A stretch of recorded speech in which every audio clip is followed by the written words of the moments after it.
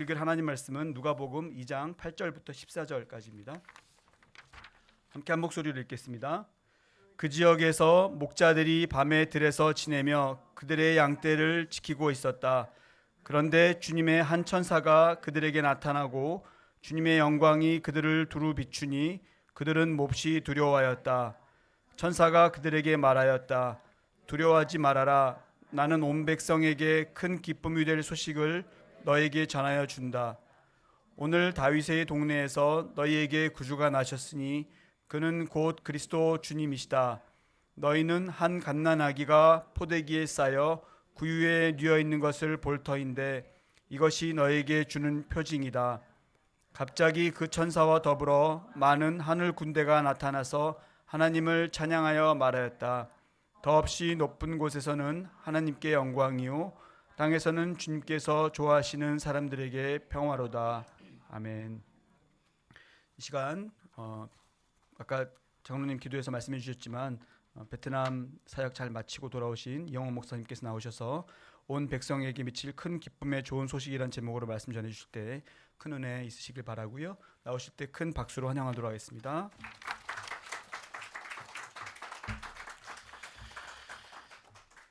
성탄 절기를 맞아서 말씀을 준비했는데 수요일 날 성탄 예배가 또 있기에 오늘은 설교의 일부 설교를 하고 2부 설교는 수요일 날 성탄 예배 때 하도록 하겠습니다. 제목을 온 백성에게 미칠 큰 기쁨의 좋은 소식이라고 정했는데 이게 개역 개정에 나오는 내용으로 제가 쓴 거거든요. 우리 세번역에 하면 온 백성에게 큰 기쁨이 될 소식. 여러분들이 살아오면서 경험했던 가장 큰 기쁜 소식은 무엇인지 궁금합니다. 온 가족들이 함께 기뻐했거나 주체할 수가 없어서 막 방방 뜨거나 괴성을 지르거나 거리로 뛰쳐나가 본 그러한 경험이 어떤 소식입니까? 우리 장로님들, 권사님들 1945년에 광복의 소식이 큰 기쁨의 좋은 소식이었을 것 같아. 그때 몇 살이셨는지 궁금하네. 10살. 아직도 기억이 나십니까? 그때가 생생하게 기억날 것 같아. 태극기 들고 막 이렇게. 어떤 분들은 1953년 한국 전쟁이 끝났다. 그게 아주 큰 기쁨의 좋은 소식이었을 것 같습니다. 저는 그 세대가 아니라서 잘 모르겠고요. 축구를 좋아하는 이로서 큰 기쁨의 좋은 소식은 2002년 월드컵 4강에 올라갔을 때 온 백성이 거리로 뛰쳐나와서 춤추고 막 차 빵빵거리고 가족들 중에 직장에 합격을 하거나 취직을 하거나 그게 큰 기쁨의 좋은 소식이지만 온 백성에게 미치는 것은 아닌 것 같습니다. 오늘 본문은 2000여 년 전에 베들레헴 지역에서 목자들에게 천사가 나타나서 전해진 온 백성에게 미칠 큰 기쁨의 좋은 소식을 소개합니다. 다윗의 동네에서 한 아기가 태어났는데 그 아기가 앞으로 이룰 일들을 생각하면 온 백성이 기뻐할 수밖에 없다. 어떤 면에서 그런가? 오늘 두 가지를 생각해 보기를 원합니다. 첫째 11절에 보니까 왜 이 한 아기가 예수님의 탄생이 온 백성에게 미칠 큰 기쁨의 좋은 소식이냐? 11절이 분명히 소개하고 있습니다. 오늘 다윗의 동네에서 너희에게 구주가 나셨다. 오늘 다윗의 동네에 너희를 위하여 구주가 나셨으니 곧 그리스도 주시니라.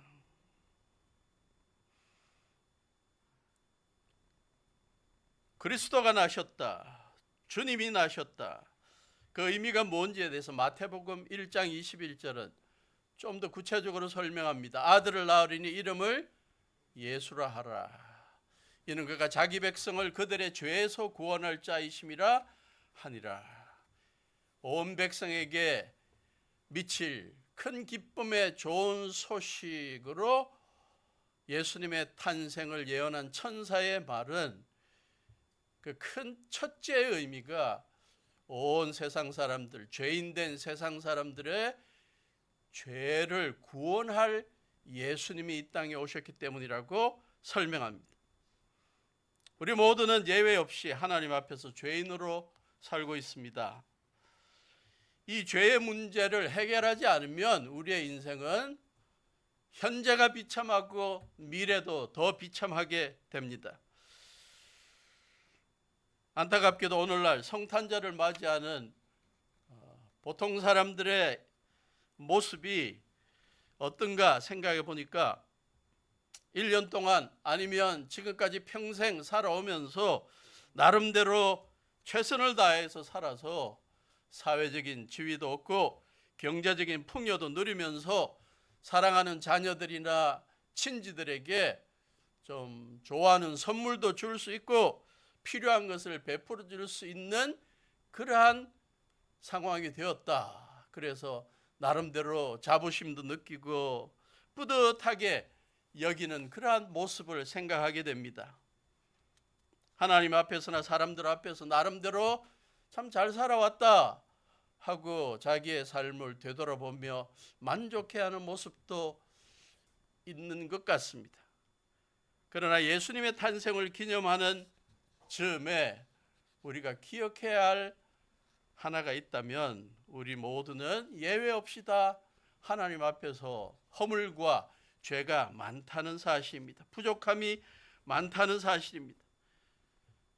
한 걸음 더 나아가 우리의 죄와 허물로 말미암아 하나님께 영광을 돌리지 못하고 하나님께서 제공하고자 하는 풍성한 삶을 놓치고 행복을 놓치고 살아가는 경우가 많다는 사실입니다. 뿐만 아니라 죄와 허물로 말미암아 우리의 삶의 끝에 하나님의 심판대 앞에 설 때 우리는 우리의 죄와 허물로 말미암은 대가를 지불해야 하는 존재라는 것입니다. 성경은 여러 곳에서 우리의 죄인됨을 진솔하게 설명합니다. 로마서 3장 10절 의인은 없다. 하나님 앞에서 의로운 사람은 한 사람도 없다. 로마서 6장 23절 우리가 지은 죄의 싹 대가 결과는 죽음이다. 육체적인 죽음뿐만 아니라 이 땅을 살아갈 때 하나님과의 인격적인 관계가 죽은 것처럼 아무런 관계가 없이 살아가고 육체적인 죽음을 맞이한 이후에는 불과 유황으로 타는 비참한 지옥이라는 곳에 가게 된다. 히브리서 9장 27절 사람이 한 번 죽는 것은 정해진 일이요 그 뒤에는 심판이 있다. 우리 모두가 죄인이라는 사실, 죄의 싹이 있다는 사실, 심판이 있다는 사실, 그로 말미암아 우리는 비참한 미래를 경험할 수밖에 없다는 사실을 성경은 언급합니다. 그런데 이 죄와 허물로 말미암아 비참한 미래를 맞이해야 하는 온 백성을 구하기 위해 아기 예수님께서 구원자로 해결사로 이 땅에 오셨다. 누구든지 예수님을 구세주와 주님으로 마음속에 믿으면 우리의 죄 문제가 해결되고 하나님 앞에서 더 이상 죄인이 아닌 의인으로 나타나고 하나님의 아들, 딸로 인정받을 수 있다. 그 사실 때문에 우리는 기뻐할 수가 있는 것입니다. 로마서 5장 8절 우리가 아직 죄인 되어 있을 때 그리스도께서 우리를 위하여 죽으셨습니다. 이리하여 하나님께서는 우리들에 대한 자기의 사랑을 실제적으로 증명하셨습니다. 베드로전서 2장 24절 25절 같이 읽읍시다. 그는 우리 죄를 자기의 몸에 몸소 지시고서 나무에 달리셨습니다. 그것은 우리가 죄에는 죽고 의에는 살게 하시려는 것이었습니다. 그가 매를 맞아 상함으로 여러분이 나음을 얻었습니다. 전에는 여러분은 길 잃은 양과 같았으나 이제는 여러분의 영혼의 목자이며 감독이신 그에게로 돌아왔습니다. 우리가 언젠가 지불해야 될 죄에 대한 싹쓸 대가를 예수님이 십자가에 달려 희생적으로 죽으심으로 피 흘리심으로 말미암아 우리는 더 이상 그 죄의 대가를 직접 지불할 필요가 없고 우리는 이제 하나님 앞에서 하나님의 아들 딸로 의인으로 살 수 있게 신분이 변화되었다. 그게 바로 기쁜 소식입니다. 우리가 교회를 얼마나 오랫동안 다녔는가에 상관없이 이 기쁜 소식을 나의 것으로 붙잡고 살아가는 믿음의 사람들이 될 수 있기를 바랍니다. 예수님의 탄생이 온 백성에게 미칠 큰 기쁨의 좋은 소식이 되는 이유는 또 있습니다. 아기 예수님께서 이 땅에 탄생하셔서 십자가에 달려 우리의 죄와 허물에 대해 경험해야 되는 종말적인 심판에서를 우리를 구원하신 것뿐만이 아니라 미래적인 구원뿐만 아니라 현재 우리가 살아가는 나날 죄와 허물로 말미암아 시시때때로 경험하는 죄책감, 후회감, 자책감, 무기력감, 우울감 이러한 것에서부터도 벗어나게 하신다는 사실이 우리에게는 기쁜 소식입니다. 온 백성이 직면하고 있는 심각한 심리적인 문제 가운데 하나는 과거의 행동, 말, 생각, 인간관계 등에서 비롯되는 죄책감, 후회감, 우울감입니다. 이러한 감정들이 현재 우리의 행복한 삶을 활력을 빼앗아갑니다. 지나온 삶들을 되돌아보면 참 잘한 일도 많고 보람 있는 일도 많을 텐데 불쑥불쑥 우리에게 떠오르는 더 자주 떠오르는 감정이 자책감인 것 같아요. 내가 왜 그렇게 결정했을까?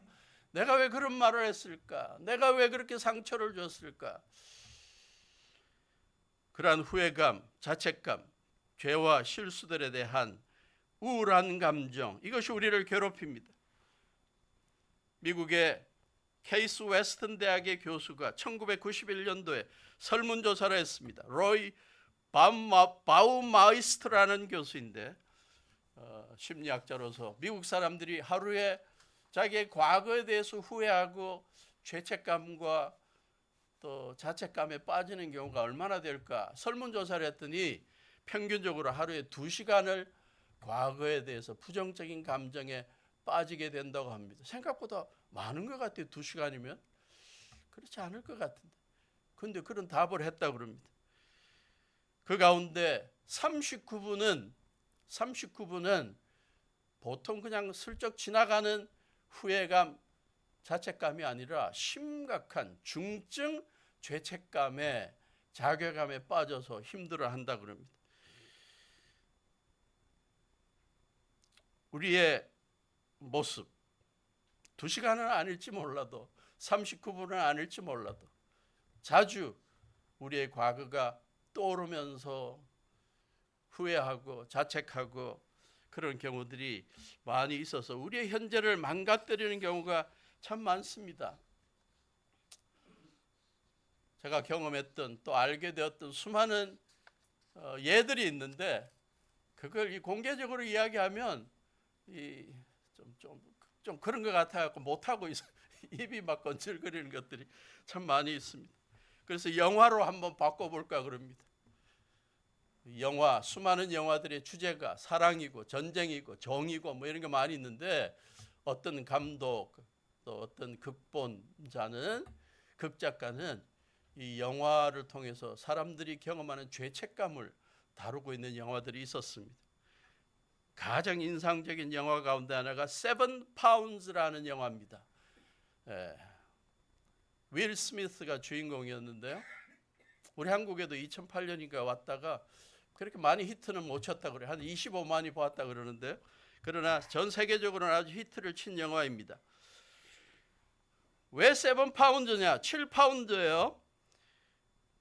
그런데 이 감독이 또 주인공이 설명한 바에 의하면 셰익스피어의 소설 가운데 베니스의 상인에 보면 그 악독 사채업자가 친구에게 돈을 빌려주면서 못 갚는 경우에 어떻게 너의 살에 1파운드 450g을 내가 가져가겠다. 뭐 이런 계약을 걸은 거죠.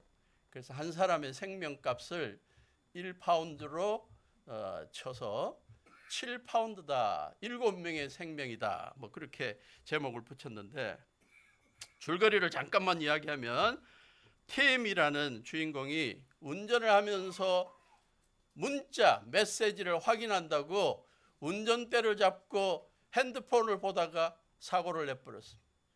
마주오는 차하고 부딪혀서 마주오는 차에 있었던 6명과 자기의 그 약혼자가 7명이 합쳐서 7명이 죽어버렸습니다. 자기의 실수로 말미암아 7명의 생명이 빼앗겼다는 사실이 자기에게 너무나 깊은 죄책감으로 찾아와서 그것을 어떻게 하면 벗어날까 하다가 자기가 결정한 건 뭐냐, 7명에게 자기의 장기나 뭐 이러한 것들을 나눠주고 필요한 것들을 나눠주고 극단적인 선택을 하는 것을 결정합니다. 자기 동생에게 폐 한쪽을 주고 또 다른 사람에게 간의 일부를 주고 또 하키 감독에게 신장을 주고 어린 소년에게 골수를 주고 남자친구에게 학대당해서 갈 곳 없는 곳에 있는 여성에게, 갈 곳 없는 여성에게 해변에 있는 자기 집을 주고 자기는 모텔에서 지내다가 또 앞을 못 보는 사람에게 각막을 기증하고 자기를 사랑하는 여인에게 심장을 기증하고 결국은 극단적인 선택을 하는 내용입니다. 영화이지만 사람들이 살아가면서 부딪히게 되는 이 죄책감의 문제, 우울감의 문제, 이것들에 대해서 어떻게 하면 벗어날 수 있을지 몸부림치는 사람의 모습을 단적으로 보여줍니다. 이 영화에서 주인공이 결국은 자기에게 엄습해온 죄책감을 이기지 못하고 구원의 길을 찾지를 못했습니다. 그러나 성경은, 하나님의 말씀은 우리들에게 죄책감과 과거에 해결되지 못한 자책감, 우울감 이런 것을 벗어날 수 있는 하나님의 구원의 길을 소개합니다. 구약에서 신약에서 곳곳마다 누구든지 하나님의 은혜로 하나님께서 베풀어 주시는 용서를 믿으면 우리가 구원받게 된다는 사실을 선포하고 있습니다. 몇 가지 구절을 좀 봅시다. 이사야 43장 25절 같이 읽어볼까요? 시작. 그러나 나는 내 죄를 용서하는 하나님이다. 내가 너를 용서하는 것은 너 때문이 아니다. 나의 거룩한 이름을 속되게 하지 않으려고 그렇게 한 것뿐이다. 내가 더 이상 너의 죄를 기억하지 않겠다. 하나님 앞에 우리가 설 때 우리가 하나님을 의지하고 그분 앞에 우리의 모든 죄 허물을 내려놓으면 더 이상 그것을 우리가 갖고 매일매일 실험하고 자책할 필요가 없다. 하나님 기억하지도 않겠다. 시편 103편 10절부터 12절 우리 죄를 지은 그대로 갚지 않으시고 우리 잘못을 저지른 그대로 갚지 않으시는 하나님, 하늘이 땅에서 높음같이 주님을 두려워하는 사람에게는 그 사랑도 크시다. 동쪽이 어느 쪽인가요? 동쪽이 이쪽이에요? 동이 어떤 분은 이리라고 그러고 어떤 분은 저리, 동이 서에서 먼 것 같이 우리의 반역을 우리에게서 멀리 치워버리시는 하나님. 신약에 와서 사도 요한 예수님을 3년 동안 따라다니면서 예수님의 메시지를 들었던 그가 요한일서 1장 9절에서 외칩니다. 우리가 우리 죄를 자백하면 하나님은 신실하시고 의로우신 분이셔서 우리 죄를 용서하시고 모든 불의의 소리를 깨끗하게 해주실 것입니다. 우리가 죄를 지은 일이 없다고 말하면 우리는 하나님을 거짓말쟁이로 만드는 것이며 하나님의 말씀이 우리 속에 있지 아니합니다. 그러므로 운전하다가 밤에 잠자리에 들다가 혼자 묵상하다가 기도하다가 길을 걷다가 불쑥불쑥 과거의 우리의 허물과 실수가 떠올라서 그것도 생생하게 떠올라서 우리를 괴롭히는 때가 있으면 즉시 주님 앞에 우리의 죄를 자백하시기를 바랍니다. 십자가 앞에 내려놓고 용서를 구하고 기억도 하지 않으시는 주님의 은혜의 마음, 사랑의 마음을 우리가 경험하고 새 출발할 수 있기를 바랍니다. 우리는 이 땅에서 평생 동안 지은 죄를 죽기 직전에 예수님을 영접하는 기도 한 번 하면 모든 게 끝날 것처럼, 천국에 갈 것처럼 그렇게 강조해온 경우가 많은 것 같아요. 그러나 예수님의 십자가 사건의 의미는 미래적인 구원의 의미도 있지만 어떤 면으로는 하루하루 우리가 살아가는 이 땅에서의 삶의 행복과 희망과 새 출발에 대한 약속을 주기 위한 것이라는 사실을 우리는 기억해야 합니다. 구약에 여러 가지 제사 제도가 있었죠. 속죄제, 속건제, 안식일을 만들어서 매 주일 안식일마다 백성들이 나오면 하나님 앞에 양을 잡고 소를 잡고 비둘기를 잡고 그렇게 해서 피를 흘리면서 하나님 앞에 자기의 죄를 자백하고 다시 한번 바르게 일주일 한 주간을 살아가도록 기회를 제공했는데 그 의미가 뭘까? 1년에 한 번 아니면 일평생 한 번만 제사 드리고 끝내버리면 될 텐데 매주 그렇게 죄를 자백하고 용서함의 그러한 경험을 쌓게 해서 이벤트를 만든 이유가 뭘까? 그 목적은 매일매일의 삶이 과거에 대한 거룩한 청산을 할 수 있도록 기회를 주신 것이라고 믿습니다. 그러므로 우리가 예배 참석할 때마다, 기도할 때마다 우리가 죄와 허물에 대해서 떠오를 때마다 주님 앞에 내려놓고 더 이상 거기에 머무르지 않는 새 출발의 예배, 새 출발의 기도 될 수 있기를 바랍니다. 사도 바울이 그렇게도 강하게 외쳤던 고린도후서 5장 17절이 이 용서의 메시지와 새 출발의 메시지를 소개하고 있습니다. 누구든지 그리스도 안에 있으면 그는 새로운 피조물입니다. 매일매일 새롭게 됩니다. 옛것은 지나갔습니다. 새 것입니다.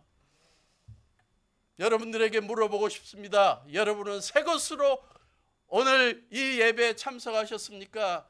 아니면 20, 30년, 10년, 5년 전에 지금까지 쌓아왔던 수많은 죄와 죄책감을 짓누르고 쌓아서 여기에 오셨습니까?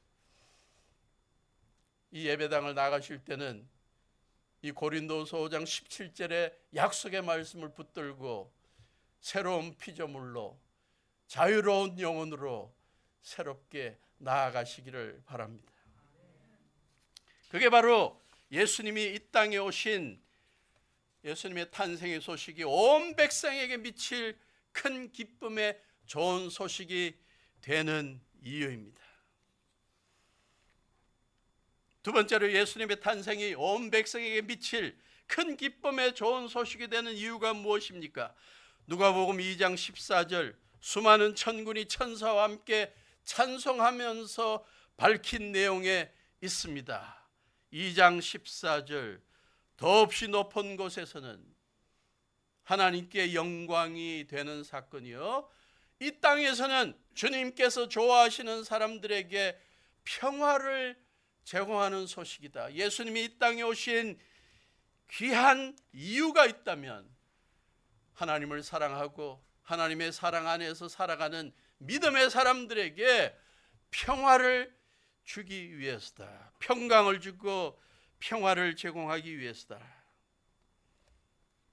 우리가 예외 없이 원하는 것이 있다면 개인적인 평안이요, 더불어 살아가는 사람들 간의 평화요, 나라의 평화요, 온 세상 지구촌의 평화입니다.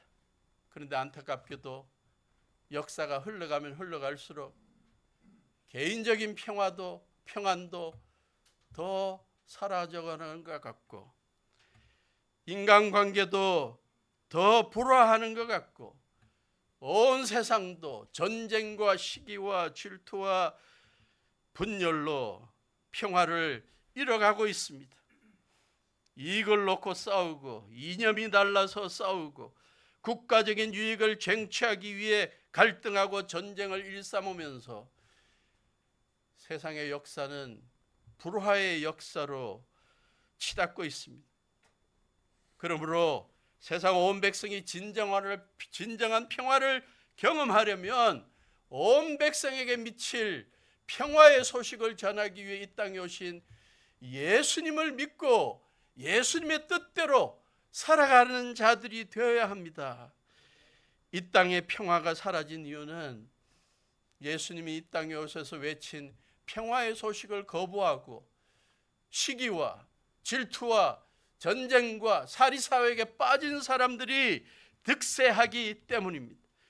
그러므로 우리 개인의 평안을 위해, 우리 가족의 평화와 교회의 평화와 우리 공동체의 평화와 나라의 평화를 위해서 우리부터 예수님이 가르치는 삶의 원리, 하나님 나라의 원리, 평화로운 세상의 원리를 실천해야 합니다.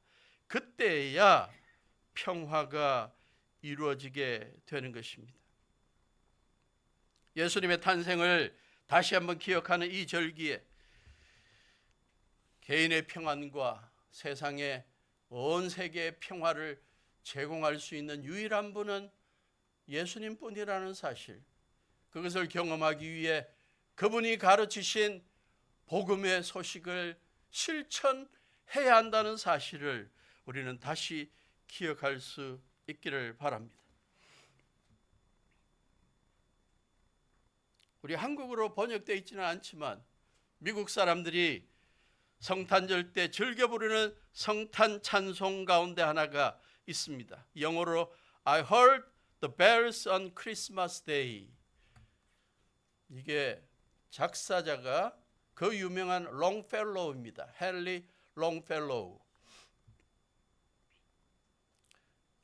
가사는 저 사람이 지었는데 멜로디는 수많은 사람들이 다르게 멜로디를 지어서 유명한 사람들이 크리스마스 때 캐롤로 만들어서 판매하고 부르고 그랬습니다. 우리 어르신들은 빙 크로스비 하면 뭐 다 떠오를 거예요. 캐롤마다 그분 노래가 많이 있었죠. 그분이 이걸 또 유명하게 또 불렀습니다.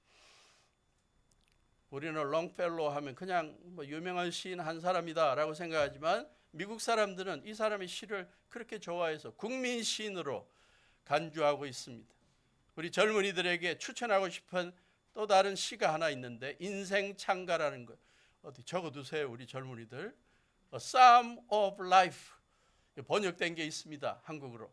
시간만 많으면 막 같이 읽어보고 막 그러고 싶은데 집에 가서 꼭 찾아서 우리 젊은이들 정말 귀한 시입니다. 이건 미국 젊은이들이 정말 잘 읽고 또 외우고 있는 시입니다.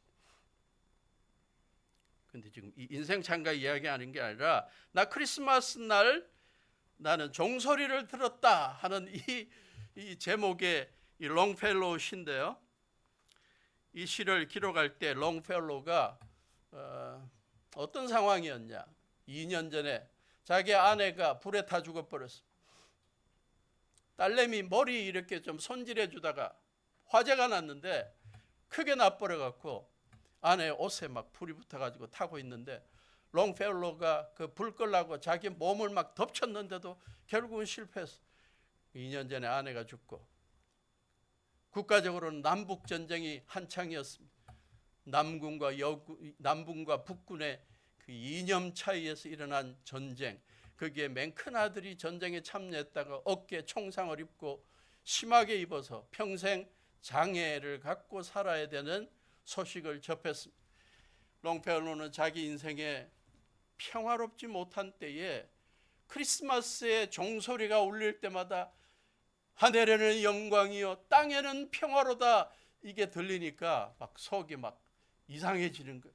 세상에 내 인생을 이렇게 꼬여 있는데 내 인생을 이렇게 지금 엉망인데 왜 크리스마스 때만 되면 세상에 평화가 있다고 그런 소리를 하냐. 그래서 그게 이해가 안 되는 거. 이 세상 돌아가는 거 봐라. 다 서로 싸우고 질투하고 반목하고 증오하고 있는 이때에 크리스마스 노래가 좀 그렇다.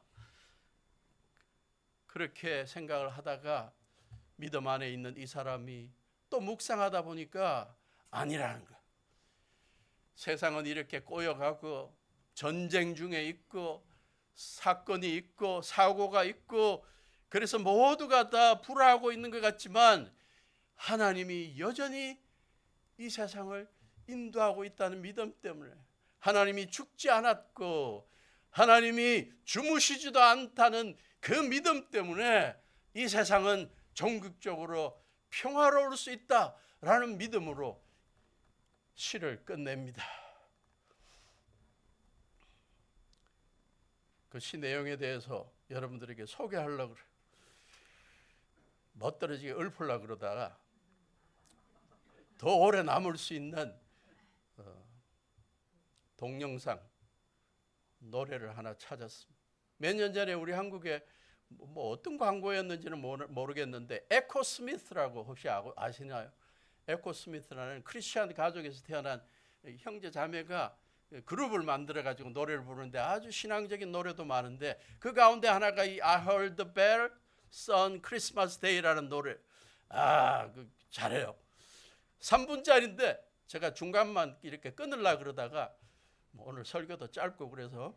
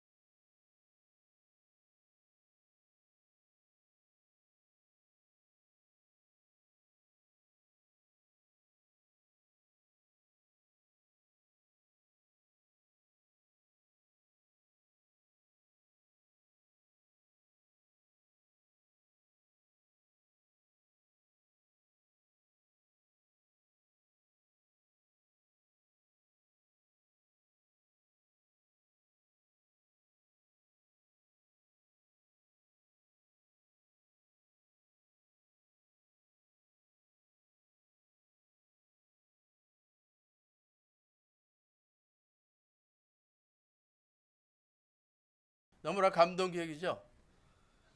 살아가다가 절망의 위치를 경험하고 나름대로 깊은 죄책감이나 후회감에 빠지게도 되고, 인간관계가 뒤틀려 버리고 하는 일들마다 안 되고 미래가 막막하고 사건 사고가 이어지고, 그런데도 성탄절 때만 되면 찬송가 속에서 이 세상은 평화롭다고 이야기하는 것이 이해가 안 될 때도 있고 막 그냥 거부하고 싶은 때가 있었는데, 그때마다 묵상하니까 하나님은 죽지 않으셨다. 하나님은 주무시지도 않는다. 언젠가 때게 되면 나쁜 놈들은 넘어지게 만들고 의롭게 사는 자는 승리하게 하실 것이다. 이 하나님의 선하신 주권과 계획과 섭리를 믿으면서 내 삶에도 다시 평안이 회복되고 우리 공동체와 이 온 세상에 평화가 회복될 것이라는 이 아름다운 신앙의 고백, 롱펠로우의 고백이 저와 여러분의 고백이 될 수 있기를 바랍니다. 그리고 좀 더 참으시기를 바라고, 좀 더 선하게 사시기를 바라고, 좀 더 살아계신 하나님 붙들고 주무시지 않는 하나님 앞에 기도하며 우리의 삶의 문제들을 내어놓고 도움을 요청하는 믿음의 삶을 살아보는 우리가 될 수 있기를 주님의 이름으로 축원합니다. 말씀 생각하면서 우리 찬송합니다. 다 일어서서.